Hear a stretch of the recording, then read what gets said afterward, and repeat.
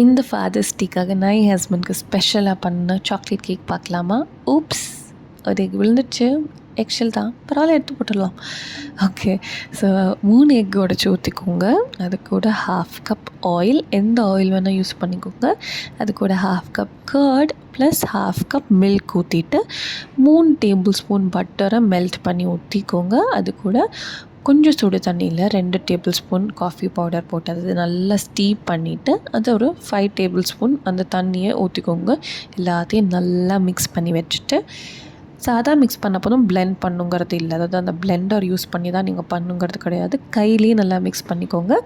அது கூட நம்ம 1/2 cup maida plus 1/2 teaspoon baking powder and 3/4 teaspoon baking soda plus 1/2 cup cocoa powder, இது எல்லாத்தையும் நல்லா சளிச்சு இல்லாட்டி சீவ் பண்ணி இந்த மிக்சர், இந்த வெட் இன்க்ரீடியன்ட் மிக்சர் இருக்கு இல்லையா, இது கூட போட்டுக்கோங்க. இப்போ எல்லாத்தையும் போட்டுட்டு 1/2 கப் சுகர் இதையும் சேர்த்து நல்லா மிக்ஸ் பண்ணிக்கோங்க.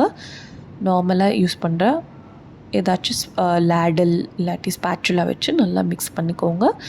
மிக்ஸ் பண்ணதும் க்ரீஸ் பண்ணி வச்சுருக்கிற கேக் டென்னில் ஊற்றிக்கலாம். நான் பட்டர் போட்டு க்ரீஸ் பண்ணி கொஞ்சம் மைதாவை டஸ்ட் பண்ணி வச்சுருக்கேன். ஸோ ஏன்னா பட்டர் பேப்பர் இல்லாதனால ஈஸியாக வரணுங்கிறதுக்காக 180 டிகிரிக்கு 10 மினிட்ஸ் ப்ரீ ஹீட் பண்ண அவனில் வச்சு 40 மினிட்ஸ், அதாவது 35 to 40 மினிட்ஸ் பேக் பண்ணி எடுத்திங்கன்னா உங்களோட மாய்ஸ்டான கேக் ரெடி.